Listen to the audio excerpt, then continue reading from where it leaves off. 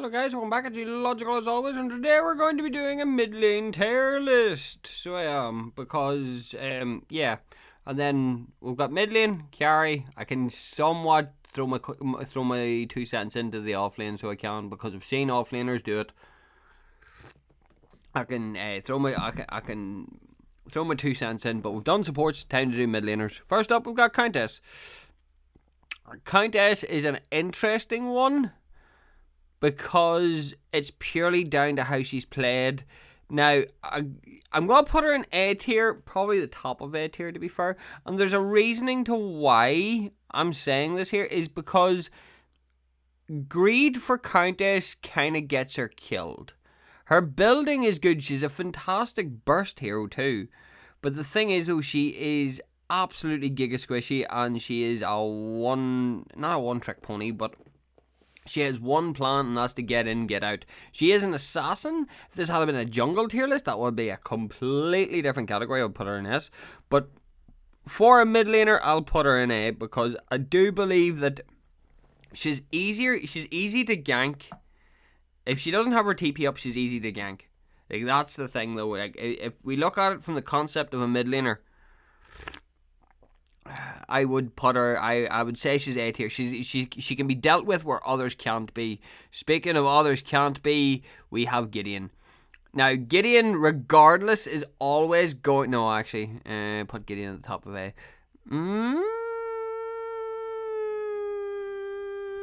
No, I feel safer putting Gideon in S. And the reason why is because of his team fight potential. Slightly more difficult to learn, but a good Gideon is going to dominate. I think we've already demonstrated that a few times in one of our videos, but Gideons are normally, if it's a good Gideon who understands how to play Gideon and knows how to be Gideon, Gideon is damn near ungankable because he always has an escape. But not just that there, his damage output's also quite nutty, but then it's also his ult. Like, if you use all, like, it's just his ult. His ult is still, regardless, really damn strong and really damn hard to deal with at times. In saying that there, it has been nerfed, but regardless that there, it's because it's a team fight ult, makes him very strong. Howitzer, slightly different. I would lean Howitzer into... I'll put him next to Chimera. I'll put him next to Countess, and there's a reason why I'm going to put him next to Countess, and it was mostly because I was thinking of his burst damage. And the thing is though, is the fact that he has a really unique sort of combo with his ult into his missile that deals abnormal damage. Plus it keeps him in the air, so it keeps him safer than most other mid laners at the same time. So, yeah, I think A tier is a good fit. I don't think he's better than Countess, though. He has potential, but he's got less maneuverability than what would be normally considered. As says, his maneuverability, the maneuverability hits him a bit, I believe. Next up is going to be Morgesh. Morgesh, I'm going to actually put into A tier. Now, Morgesh, funnily enough, is my favourite mid laner. The only problem with Morgesh is she is literally designed for 1v1s. Now, you'll be wondering why I'm saying that there. It's literally, Morgesh is a 1v1 god. So she is. And she's often used in the offlane too. But that's what makes her good. She's also hard to gank if built right. And she has nutty damage plus a global ult, which makes her even more dangerous. It makes her, there's a lot more mind games, because no matter who you are, if you've been in an engagement with Morgesh, she might have you marked. So if you ever drop low, you're at high risk of a Morgesh completely just nuking you from across the map. So it is one of those things that you do need to be careful with. I will give Morgesh A primarily on that there, but it's just Countess has a little bit more in terms of a team fight, and it's basically same as Howitzer, but I still believe in terms of a 1-to-1 she just performs better than Howitzer, so I do. I'll take that, so I will. Right, who's next on our list? Wraith is considered one of our mid laners. Right, there's only one reason Wraith is not going into S tier. There is only one reason why he's not going into S tier. And I'm going to make this very clear and concise, right? It is because Wraith requires the utmost pinpoint accuracy. So he does. You need to be the most accurate goat to be him. If you can learn to consistently land his shots, then he is S tier. But if you've watched my Wraith video, I am terrible with Wraith.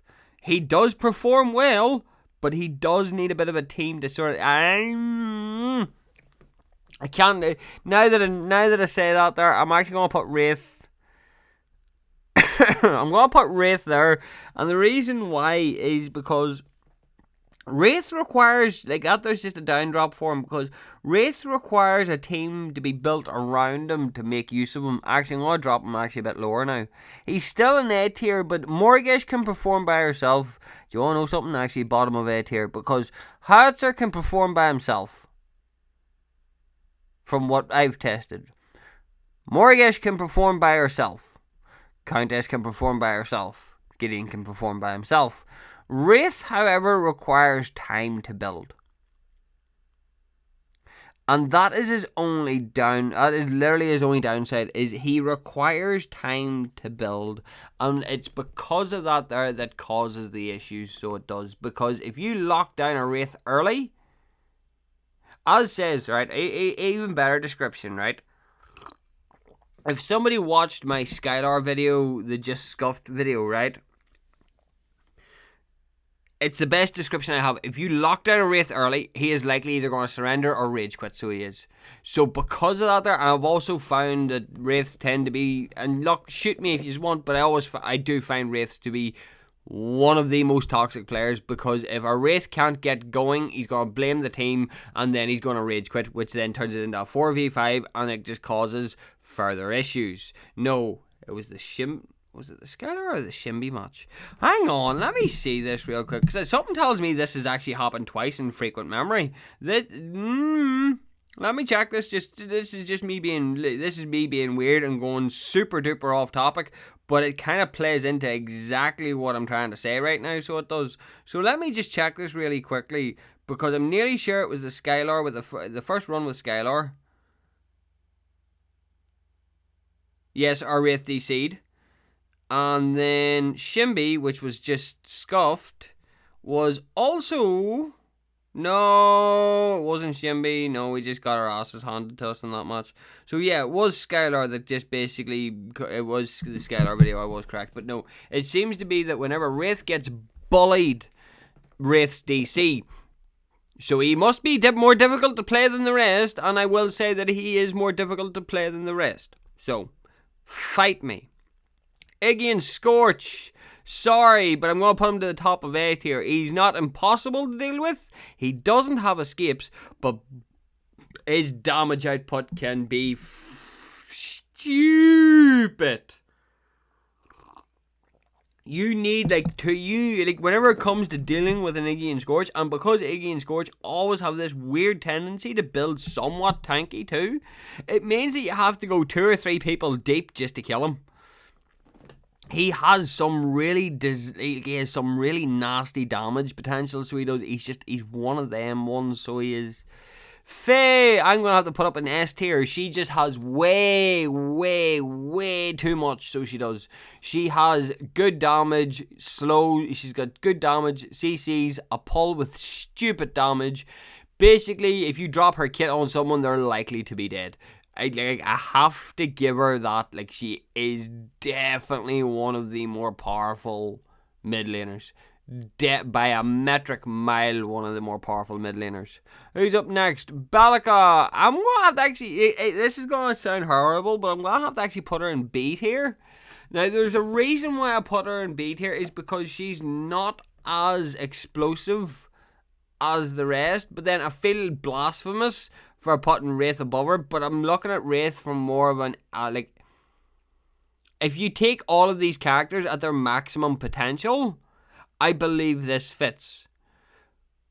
Technically, if I took them at their maximum potential, Wraith would be up here, so he would, because Wraith is damn near unstoppable whenever he's at maximum ability. But it's because he requires that time to get built and stuff like that there. Taking that into account, though, I feel bad for putting Bellica in B then, because Bellica is good. She's just... Actually, no, hang on. Hang on, because now I need to look at something, so I do, because now my weirdness is kicking in and I want to check something, because I want to know where Bellica sits. Right, so Bellica, right, so yeah, no, I think B tier is fair, because Bellica sits in B. I think she sits in B tier on the support tier list for me as well, so she does. So I'm going, yeah, I think a solid B tier, because the only thing that really gives her giga damage is her ultimate, and of course it's your ultimate. Of course you're going to get giga damage out of it, but it's not going to be 100% perfect all the time. So I think B tier is kind of where she needs. Plus, and this is an odd downfall, is the fact that because her abilities are always at half capacity, technically, quote unquote, I'd say 70% capacity, because you still keep the damage and shit like that there, but you have to max out the ability to get the extra effect. So I do believe B tier actually fits quite nicely. Who's up next in this list? Gadget, S tier. Gadget is, I think, one of my most hated mid laners. Damn near impossible to gank. Stupid damage. That damn Tesla dome. Yeah, no, she's just overall annoying. I'd even go as far to say that she's there. The only reason why I'm putting her there is because her Tesla dome is just not as big as Gideon's AoE. That's all I can really say, but her Tesla dome is nutty in terms of damage. Plus, it has armor shred too. So that's another thing to look at. No, Gadget is by far, if you're going to learn a mid laner, like if you're going to go out of your way to learn a mid laner and learn them to a point of perfection, like if you want to learn a mid laner that's just going to absolutely dominate your opponents, pick a Gadget. Because Gadget, that is I will give that to Gadget. That is the one thing Gadget can do and do very well. She is not only evasive, she is strong. She also has exceptionally good durability too, because of her passive as well. So there's a lot of things to take into consideration whenever you're looking at a Gadget. Gadget is still nutty regardless, and she's always been nutty, and she always will be nutty because of that damn drone. Anyway, who's up next? That's all the ones there. And then Argos. Sorry guys, but Argos is immediately S tier, and I'm gonna put him above Faye. Now there's a reasoning for this, and all you have to do is go look at my Argos match. Argos is not a fucking support. Argos is a mid laner and a god tier mid laner at the exact same time. Let me explain. Argos has a lot of things. First off, infinite stacking damage, a stun, a pull, and a cross map. He has the damage that like if you want him to start carving you apart, as it says, he does have the particle shredder. It's not literally. It's not called a shredder for no damn reason. It feels like a bubble gun whenever you're using him in support, but whenever you're using him in mid lane and you're actually feeding him damage, he is absolutely a fucking monster. Be careful fucking with a good Argos. So I think that's all the mid laners. Now, honorary mid laners. Now, sometimes you'll find that carries get rotated into mid lane, so they do.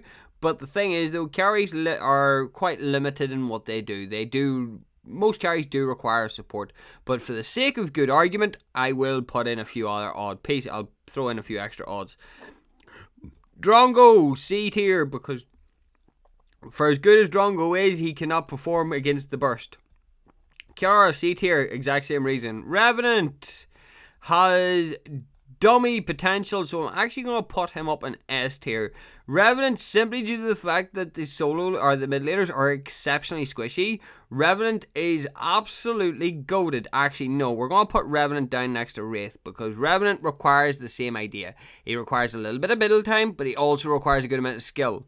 The thing is, though, the difference between Wraith and Revenant is, Revenant you can run on a mage build. I have seen people literally obliterate people with Obliterate. I've seen Revenants 100-0 somebody with Obliterate. It's not even close, just to be clear. Is he better than Wraith in the mid lane? No. But is he a good mid laner? Yes. I've seen Grim used. No. Don't use Grim. Not a good idea. I've seen Twin Blast used. I don't actually... Actually, yes, I will put Twin Blast in S tier because his assassin build in mid lane is nutty. Plus his mage build in mid lane is also nutty. So it is. He also has an escape. He's got his rocket. He's got his grenades and his vaporize. He can put out serious damage in mid lane. Serious damage in mid lane.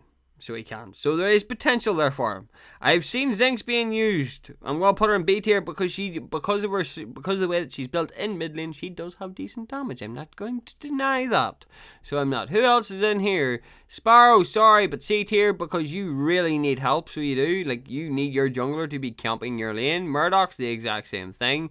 But then what I find weird is right. This is right. So Sparrow doesn't have any escape. Neither really does Murdoch, but he does have his static traps and his hot pursuit. But the thing is with these two, actually all of these, they can't keep up with the overwhelming burst damage that comes from mid laners. Sparrow doesn't have burst damage, he has sustained damage. Murdoch has his ult, but that's not going to do anything whenever you're fighting against them. It's that weird thing that whenever you see a carry in mid lane, it's the same reason to why Skylar mid lane annoys me at the minute, is because it is an easy gank to ask for.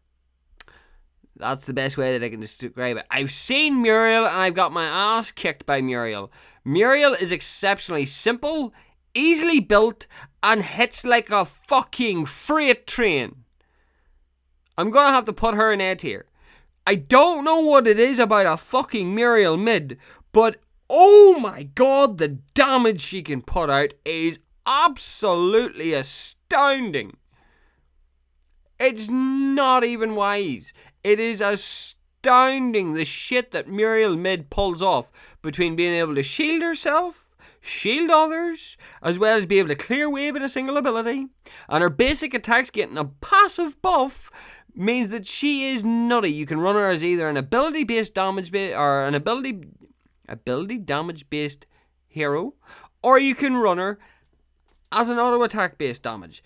And then what makes it even ballsier is the fact that her ultimate also scales from the damage too. So if you ever ult on someone, they're gonna take serious damage. She is nutty as a mid laner. And that is it. That'll tie us up because no Crunch, no Fangmouth, no Greystone, Kalori, no Chimera, no Sevarog, definitely not. Shimby has been used, but she mostly just pokes you down to annoy you. I would put her more in that category. Like I would say Zinx is a better. Fuck Grim, get the fuck out of there now. Because no harm, Grim, but you are a hindrance. I'll put her in there. She has her place, but it's just not in mid lane. Dagger, no. Richter, no. I've seen an Aurora mid. I'm not I date here instantly. Like, she's no good. Quang, I've seen a Quang mid, funnily enough, as well. Grooks and Rampage, no. So I think as a whole, this setup, let me just go through this here. So right. So what I have for S tier is Gideon, Gadget, Argos, Faye, and Twin Blast. Do I agree with this? I do agree with it. I'll say it as like borderlining S. I would have to give Iggy and Scorch. Yeah, I do find that to be very good. In terms of borderlining it, I would say yes. Muriel, Countess. I'll put Muriel there because Countess just has a bit more burst damage to work with. Muriel, yep. Muriel's just a really annoying character to deal with as a whole. Morgase, Howitzer, Wraith, and Revenant, I can agree with that. Bellica, Zinx, and Grim, I can agree with that.